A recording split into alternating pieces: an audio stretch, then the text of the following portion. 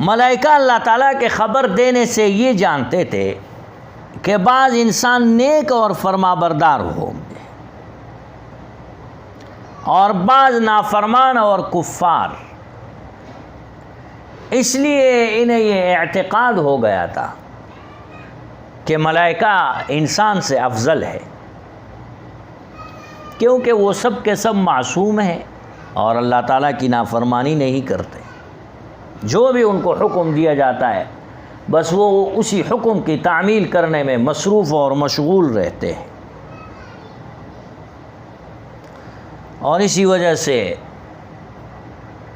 وہ یہ سمجھتے تھے کہ ہمیں خلیفہ بنانا اولا، بہتر، افضل، انسان اور بشر کو خلیفہ بنانا یہ فساد کا سبب ہوگا۔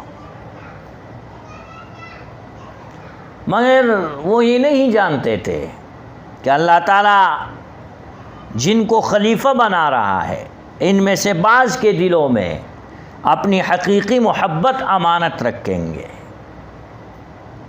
کہ اس کے سبب انہیں معیت الہی اور محبوبیت خالص نصیب ہوگی۔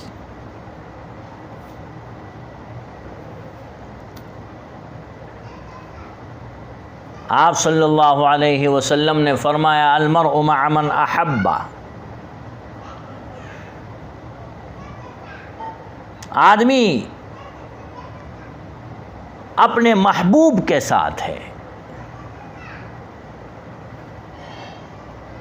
بخاری اور مسلم میں یہ حدیث ہے، المرء مع من احب، جس سے آدمی محبت کرتا ہے، جس شخص کو چاہتا ہے، پسند کرتا ہے، جس کے گن گاتا ہے، قیامت کے دن وہ اسی کے ساتھ ہوگا۔ حدیث قدسی میں ہے کہ اللہ تعالیٰ نے فرمایا کہ میرا بندہ نوافل کے ذریعے مجھ سے قرب طلب کرتا رہتا ہے، حتیٰ کہ میں اسے دوست رکھتا ہوں، اور جب میں اسے دوست رکھتا ہوں تو میں ہی اس کا کان بن جاتا ہوں جس سے وہ سنتا ہے، میں ہی اس کی آنکھ ہو جاتا ہوں جس سے وہ دیکھتا ہے۔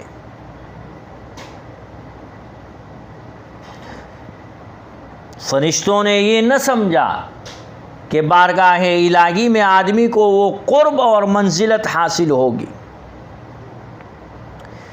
کہ کسی دوسرے کے لیے اس کا تصور ہی نہیں ہو سکتا۔ اس لیے اللہ نے فرمایا انی اعلم ما لا تعلمون،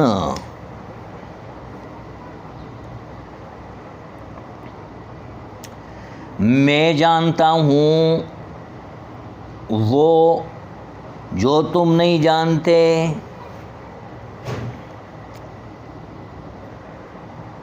وعلم آدم الاسماء، اور سکھا دی اللہ تعالیٰ نے آدم کو سب کے نام۔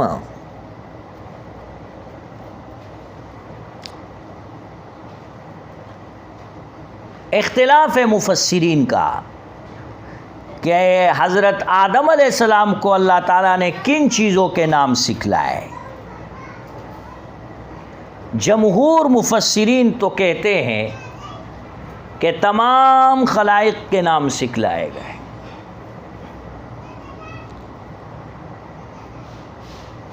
حضرت قتادہ رحمۃ اللہ علیہ فرماتے ہیں کہ ہر چیز کا نام سکھا دیا، یہاں تک کہ پیالہ، پیالی کا نام بھی سکھایا۔ ربیع بن انس کہتے ہیں کہ ملائکہ کے نام سکھائے، بعض نے کہا اولاد آدم کے نام سکھائے، یعنی حضرت آدم علیہ السلام کے اولاد کے نام سکھائے، حضرت آدم کو اولاد کے نام بتائے۔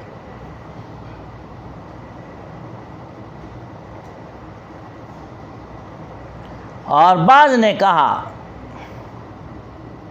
کہ تمام کے تمام لغات سکھائے، اس لیے کہتے ہیں کہ اولاد آدم مختلف لغت اور مختلف زبانیں بولتے ہیں۔ وَعَلَّمَ آدَمَ الْأَسْمَاءَ كُلَّهَا، اور سکھا دی اللہ تعالیٰ نے آدم کو سب کے نام۔ ثُمَّ عَرَضَهُمْ عَلَى الْمَلَائِكَةِ، پھر ان چیزوں کو فرشتوں کے سامنے کیا جن چیزوں کے نام اللہ تعالیٰ نے حضرت آدم کو سکھائے تھے۔ ثم عرضهم علی الملائکہ، پھر ان اشیاء کو فرشتوں کے سامنے کیا۔ فقال، اور پھر کہا فرشتوں سے، فقال، اللہ تعالیٰ نے فرمایا فرشتوں میں خلافت کی صلاحیت نہ ہونے پر ان کی سرزنش کی، فرمایا انبئونی باسماء ہؤلاء ان کنتم صادقین، انبئونی باسماء، مجھے ان کے نام بتاؤ،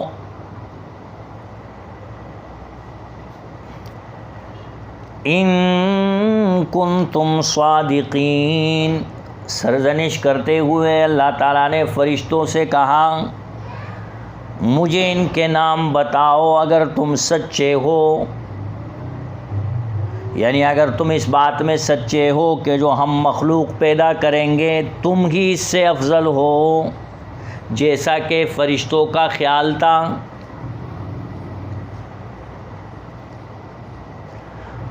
قالو، بولے وہ فرشتے جب کہ ثابت ہو گیا کہ حضرت آدم علیہ السلام ہم سے زیادہ عالم اور افضل ہیں، تو اپنے عجز اور بشر کی افضلیت اور استحقاق خلافت کا اقرار کیا اور اس نعمت کا شکر ادا کیا کہ حق تعالیٰ نے ان کے پیدا کرنے کی حکمت ظاہر فرمائی۔ قالو، بولے سبحانک، تو پاک ہے، یعنی اے اللہ آپ کے افعال مصلحتوں اور حکمتوں سے خالی ہونے سے بالکل پاک اور منزہ ہیں۔ لا علم لنا، نہیں ہے ہمیں علم، یعنی ہم آپ کے کسی علم کا احاطہ نہیں کر سکتے، الا ما علمتنا، سوائے اس کے جو تو نے ہمیں سکھا دیا، بتا دیا، انک انت العلیم الحکیم، بے شک تو اپنی مخلوق کا جاننے والا اور اپنے امر میں حکمت والا ہے۔ علیم کے معنی حاکم عادل اور حکیم کے معنی اپنے حکم کو محکم اور راست کرنے والے کے مفسرین نے لکھا ہے۔ جب فرشتوں نے بارگاہ رب العزت میں گزارش کر دی اور یہ بھی انہیں اچھی طرح ثابت ہو گیا کہ ہم عاجز ہیں، تو حق تعالیٰ نے ان پر یہ انعام فرمایا کہ جو علم حضرت آدم کو عطا فرمایا تھا وہ ان کے ذریعے سے فرشتوں کو بھی عطا فرمایا۔ صفحات من صبر العلماء میں ہے کہ اللہ تعالیٰ نے جب آدم کو پیدا کیا اور اس میں روح ڈالی تو کہا اذهب فسلمها علی هؤلاء النفر، اب آپ چلے جائیں اور وہ جو سامنے لوگ بیٹھے ہوئے ہیں ان کو سلام کرے۔ تو حضرت آدم علیہ السلام جب گئے تو حضرت آدم علیہ السلام نے ان کو سلام کہا، السلام علیکم۔ فرشتوں نے کہا وعلیک السلام ورحمۃ اللہ وبرکاتہ۔ یہ جو ورحمۃ اللہ اور وبرکاتہ کے الفاظ ہے فزادوہم، یہ فرشتوں نے اس میں اضافہ کیا۔ تو سب سے پہلے سلام کرنے والے فرشتوں کو وہ آدم علیہ السلام